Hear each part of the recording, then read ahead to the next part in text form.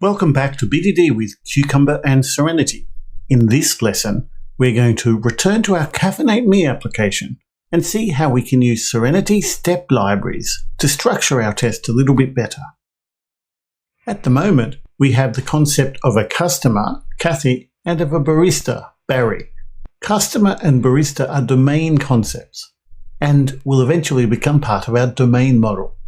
For very small applications or APIs, we could work with our domain classes directly from our Cucumber steps, and we sometimes do this for prototyping or as an exercise. But for larger real-world applications, you will usually be using Cucumber at a much higher level. Our Cucumber scenarios describe the behavior of the system from the point of view of those using it. This could be the clients or the baristas using the web application or a mobile app, or it could be other applications that we provide services to and integrate with. They won't be interacting with the domain classes directly, but rather with external user interfaces or APIs. In our automation code, we'll be dealing with these APIs or user interfaces rather than directly with the application code. The key thing to remember here is that our test framework should try to model the behavior of the users, not mirror the implementation of the application. Let's take a look at the code.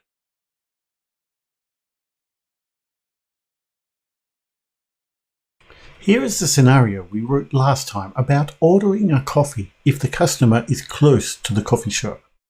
Let's drill into the step definitions. The first thing we can do is to convert our current customer and barista classes into Serenity Step libraries. This way, they will model the behavior of our customers and baristas in our application.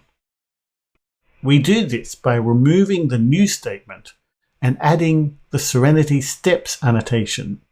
This tells Serenity to inject these step libraries into our test.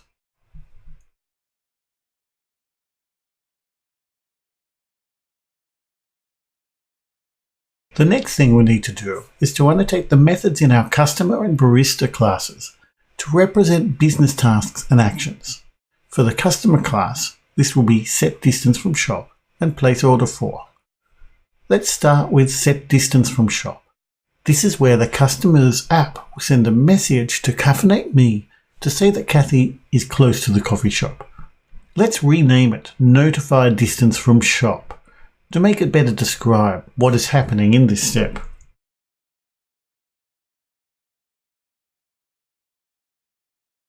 We tell Serenity that a particular method is a business task by using the step annotation. We can place a more readable title that uses the distance parameter as well. Let's describe exactly what this step is doing by saying something like Notify Caffeinate Me that the customer is n meters from the shop. The curly bracket 0 that you can see here represents the first parameter in the parameter list, so distance from shop in this case. We also need to annotate places order for.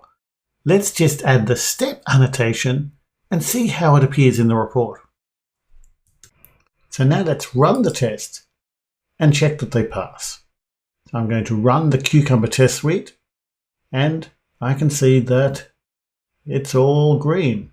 So we have a passing test. Let's look at the reports to have a look at them.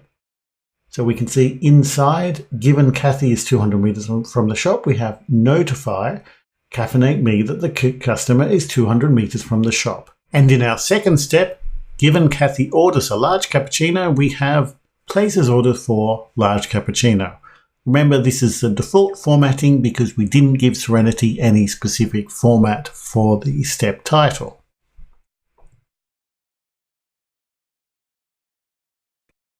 Now let's look at Barry, the barista's role in all this.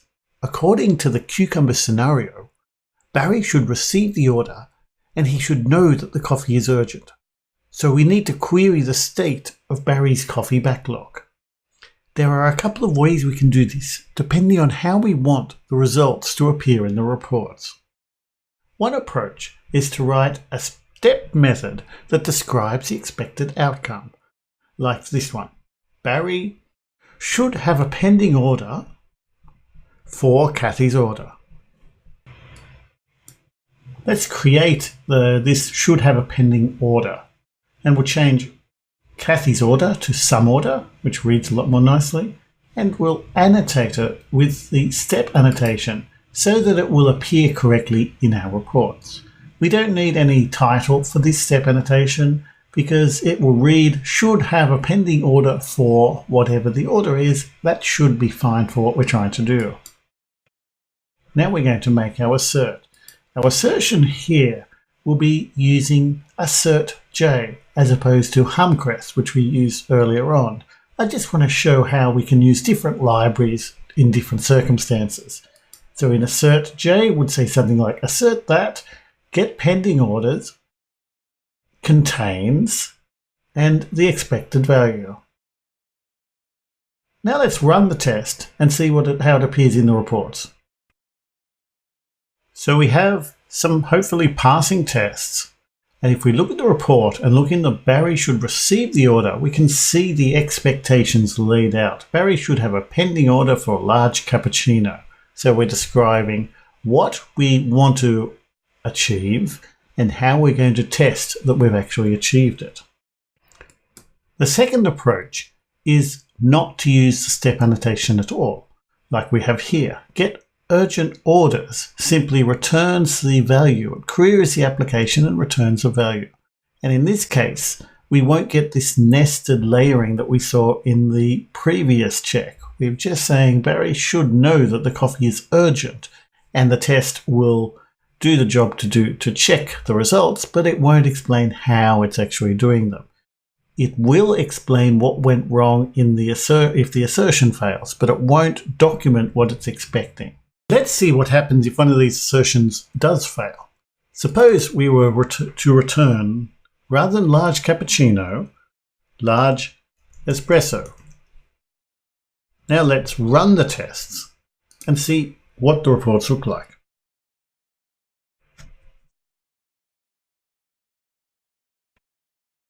And we have a failing step. Barry should receive the order. We're expecting the list of large espresso to contain large cappuccino. So we can see in the console, we can already see what's gone wrong. That's assert J doing its work. Let's have a look at the reports as well. In the reports, we can see that the test has failed. Barry should receive the order is broken. And if we open this out, we have a assertion error for the should have a pending order step.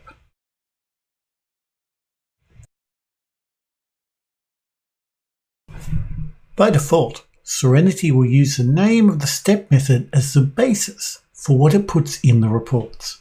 So placeholder for method is rendered as place orders for.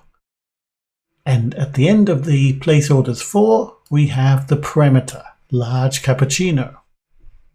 But one disadvantage of the default naming mechanism is that we lose the name of the actor, in this case, Kathy.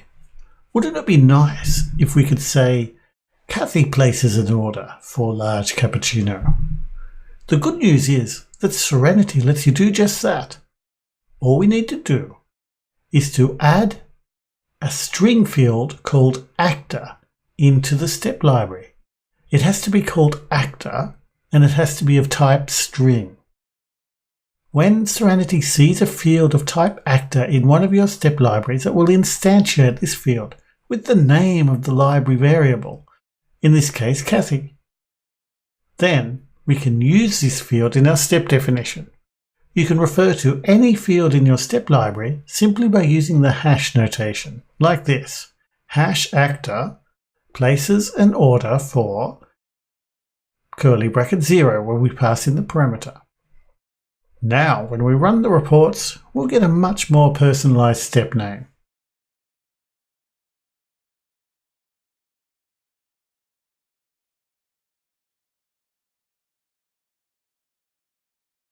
There is one last thing that is useful to know about Serenity step libraries in Cucumber. Here, we have just one step definition class, but this isn't typical. It wouldn't scale well at all.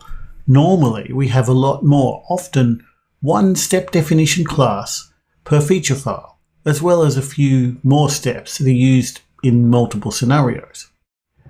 By default, Serenity will create a new step library for each step definition class.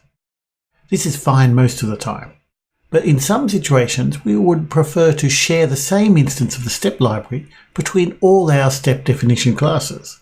For example, suppose that connecting to the Barista API took a long time to set up. It's a persistent connection, it's quite slow to start up, and we want to share our connection between all of our step definition classes. If we want to share a step library, we need to set the shared attribute, which is by default false, to true. This means that any step library field of this type with the shared attribute set to true will refer to the same object. Now you know all you need to know to write your own Serenity step libraries and use them in Cucumber. You've seen how to create step library classes, how to declare step library fields, and how to define step library methods. You've seen the difference between the different ways of making assertions in step libraries and how they affect the reporting. And you've seen how to share instances of step libraries between your step definition classes if you need to. So that's it for now. We'll be back in the next module to help you take your Cucumber and Serenity knowledge even further.